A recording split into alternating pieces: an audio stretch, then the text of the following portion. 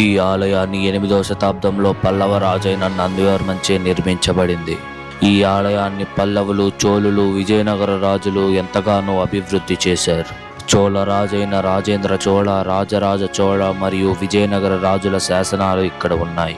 కైలాసనాథర్గా స్వామివారు, కామాక్షి దేవిగా అమ్మవారు ఇక్కడ భక్తులకు దర్శనమిస్తున్నారు. హాయ్, హలో, నమస్తే, వెల్కమ్ టు అవర్ ఛానల్ ఆలయ యాత్ర. ఈరోజు నేను మీ ముందరకి కాంచీపురం జిల్లా ఉత్తరమేరూరు గ్రామంలో ఉన్న కైలాసనాథర్ ఆలయాన్ని అయితే చూపించబోతున్నాను అనమాట. ఈ ఆలయానికి ఎంతో చరిత్ర ఉంది. ఈ ఆలయానికి మనం ఎలా చేరుకోవాలని అయితే ముందుగా తెలుసుకుందాము.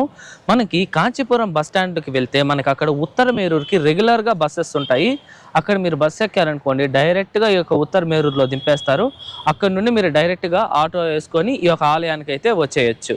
ఓకేనా? ఈ ఆలయం తాలూకా లొకేషన్ కూడా మీకు డిస్క్రిప్షన్లో ఇచ్చుంటాను, చెక్ చేయండి.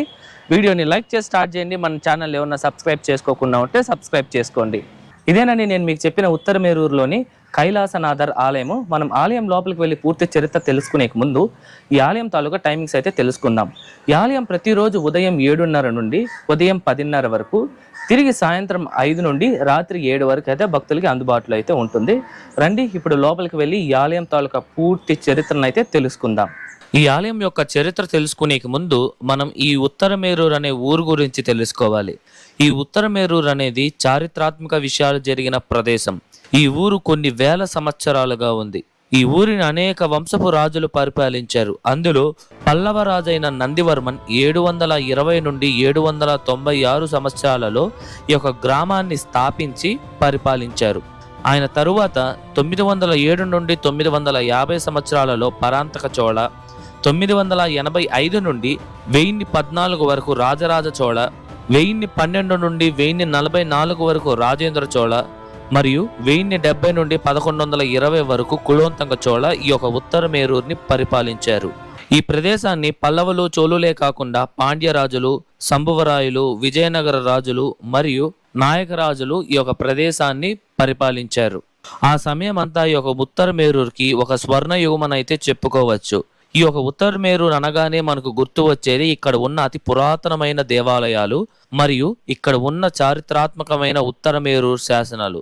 ఈ ఊరిలో దాదాపు 1000 నుండి 1300 సంవత్సరాల నాటి ఆలయాలు ఎన్నో ఉన్నాయి.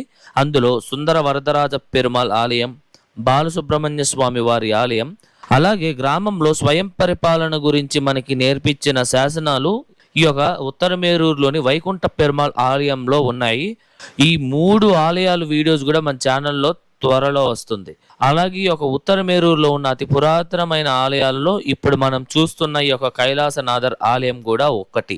ఈ ఆలయం విషయానికి వస్తే ఈ యొక్క ఆలయాన్ని 731 నుండి 796 సంవత్సరాల మధ్యలో పల్లవరాజైన నందివర్మన్ అయితే నిర్మించారు. అంటే దాదాపు 1200 సంవత్సరాల క్రితం ఈ ఆలయాన్ని అయితే నిర్మించారండి.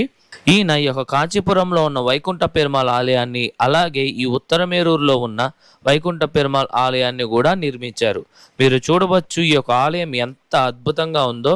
ఈ ఆలయానికి మాత్రం ఎటువంటి గోపురాలు అయితే లేవు. మనం ఈ ఆలయం యొక్క ప్రధాన ద్వారం దాటంగానే బలిపీఠము, అలాగే ధ్వజస్తంభంతో పాటు ఇక్కడ అద్భుతమైన నంది మండపం అయితే ఉంటుందన్నమాట. దాని తర్వాత ఈ ఆలయం తాలూకు ముఖమండపం, అర్ధమండపం, గర్భాలయం అయితే వస్తుంది.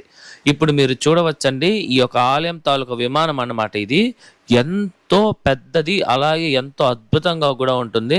నేను ఇప్పటి వరకు ఒక ఆలయానికి ఇంత పెద్ద విమానం అయితే ఎప్పుడూ చూడలేదన్నమాట. ఇదే ఫస్ట్ టైము.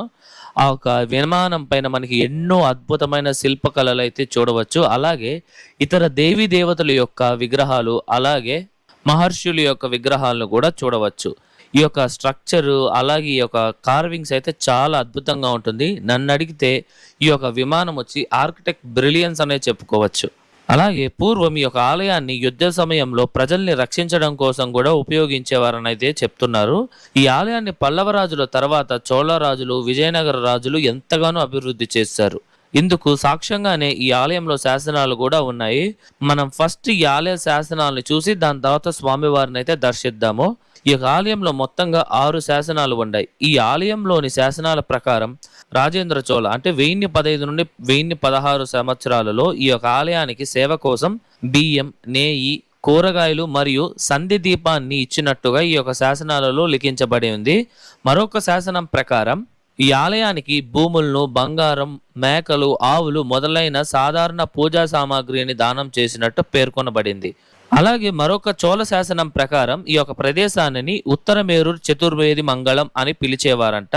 అలాగే ఈ యొక్క ఆలయ శాసనాలలో ఆదిత్య చోళ, రాజేంద్ర చోళ, రాజరాజ చోళ గురించి కూడా ప్రత్యేకించి శాసనాలు ఉన్నాయి.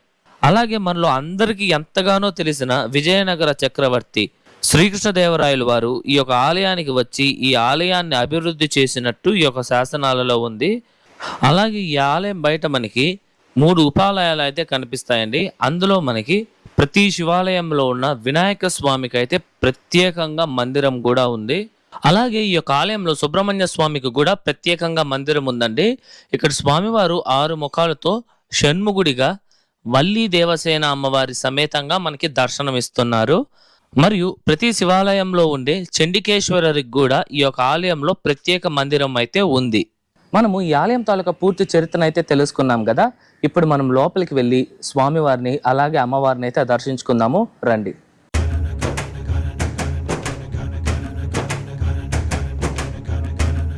మనం మెట్లెక్కి రాగానే మొదట మనకి నందీశ్వరుడు అయితే కనిపిస్తారండి. స్వామివారికి నేరుగా అన్ని ఆలయాలలో అలాగే ఇక్కడ కూడా నందీశ్వరుడు అయితే ఉన్నారు. రండి ఇప్పుడు లోపలికి అయితే వెళ్దాము. హర హర మహాదేవ. ఇదేనండి ఈ ఆలయము. ఈ ముందర మనం చూస్తున్న ఈ మండపం ఉంది కదా, ఈ యొక్క మండపం అయితే కాలక్రమేణా శిథిలం అయిపోయింది. శిథిలం అయిపోగా ఇటీవల కాలం అంటే గత 14-15 సంవత్సరాల క్రితమే ఈ యొక్క మండపాన్ని కూడా నిర్మించారనమాట. రండి, మనకి మొదట ఆలయంలోకి ఎంటర్ అవ్వగానే కుడిపక్క అమ్మవారు అయితే ఉంటారు. అమ్మవారిని అయితే కామాక్షి అమ్మన్ అని అయితే పిలుస్తారండి. అమ్మవారిని దర్శించుకోగానే మనకి ఇక్కడ ఈ ఆలయం యొక్క ప్రధాన గర్భాలయం అయితే ఉంటుంది. మొదటే మనకి 2 ద్వారపాలకులు అయితే కనిపిస్తున్నారు కదా. ఈ ఆలయంలోని శివలింగం అయితే చాలా చాలా అద్భుతంగా అలాగే చాలా భారీ ఆకారంలో ఉంటుందండి, మీరు చూడవచ్చు. అలాగే ఈ ఆలయంలో ప్రత్యేకత ఏమిటంటే స్వామివారి శివలింగం ఉంటుంది కదా, శివలింగం వెనకాలే స్వామివారు సోమస్కందర్ రూపంలో పక్కన అమ్మవారు కూడా మనకి దర్శనమిస్తారనమాట. ఈ ఆలయం కూడా మనకి కంచి కైలాసనాథర్ ఆలయం వలె ఉంటుందన్నమాట. కంచి కైలాసనాథర్ ఆలయంలో ఎలాగంటే మనము స్వామివారి గర్భాలయంలో బయట నుండి మనము మొత్తం ప్రదక్షిణాలు అయితే చేసుకోవచ్చు, కానీ నడవలేము, మొత్తం పాక్కుంటూ వెళ్ళాలి. కానీ ఈ ఆలయంలో కూడా అలాంటి మార్గమే ఉంది. కాకపోతే మనం ఈజీగా నడుచుకుంటూ వెళ్ళి స్వామివారికి ప్రదక్షిణలు కూడా చేయొచ్చు అనమాట. ఈ ఆలయంలో శివరాత్రి అలాగే ప్రదోషంలో ఎంతో అద్భుతంగా పూజలను అయితే నిర్వహిస్తారు. ఇప్పుడు మీరు చూస్తున్న ఈ అందమైన ఆలయం 2007 వరకు శిథిలమై ఉండేది. ఈ విమానంపై పెద్ద పెద్ద చెట్లు మొలిచిపోయి ఈ ఆలయం చుట్టూ ప్రాంతం మొత్తం పిచ్చి పిచ్చి మొక్కలతో ఈ ఆలయం చాలా దీనమైన స్థితిలో అయితే ఉండేదన్నమాట. అప్పుడు 2008లో rural education and conversion of heritage అనే ఫౌండేషన్ వాళ్ళు ఈ యొక్క ఆలయాన్ని పునర్నిర్మించాలని సంకల్పించి దాదాపు 2.5 సంవత్సరాల పాటు కష్టపడ్డారు. ఈ ఆలయం ముఖమండపం అయితే పూర్తిగా శిథిలమైపోయింది. ముఖమండపాన్ని కూడా వాళ్ళు పూర్తిగా పునర్నిర్మించారు. ఇప్పుడు మీరు చూస్తుండేది పునర్నిర్మింపబడిన ముఖమండపం. అలా ఈ పునర్నిర్మాణ పనులు పూర్తయిన తరువాత 2013లో కుంభాభిషేకం చేసి పూజలను ప్రతిరోజు నిర్వహిస్తున్నారు. ప్రస్తుతం ఈ యొక్క ఆలయం ఆర్కియాలజీ సర్వే ఆఫ్ ఇండియా అనే డిపార్ట్మెంట్ యొక్క ఆధ్వర్యంలో అయితే ఉంది. వాళ్ళ యొక్క ఆలయాన్ని ఎంతో అద్భుతంగా మెయింటైన్ చేస్తూ వస్తున్నారు. ఇదండి వాళ్ళ వీడియో ఎలా ఉంది, నచ్చిందా? ఐ హోప్ ఈ ఆలయం తాలూకా పూర్తి చరిత్ర మీకు అర్థమయ్యేలా నేను చెప్పాను అనుకుంటున్నాను. మీకు ఎటువంటి డౌట్స్ ఉన్నా సరే కమెంట్స్లో తెలియజేయండి, నేను మీకు పక్కా రిప్లై ఇస్తాను. అలాగే ఒకసారి మన ఛానల్ని చెక్ చేయండి. మీరు అనేక వీడియోలు ఆలయ వీడియోలు చాలా ఉన్నాయి, మీకు నచ్చుతాయని నేను అనుకుంటున్నాను. ఈ వీడియో నచ్చితే లైక్ చేయండి, మీ ఫ్రెండ్స్ అండ్ ఫ్యామిలీకి షేర్ చేయండి. తప్పకుండా మన ఛానల్ అయితే సబ్స్క్రైబ్ చేసుకోండి. మరొక మంచి వీడియోతో మీ ముందుకు వస్తా. అంతవరకు మీ శివవరప్రసాద్ సైనింగ్ ఆఫ్.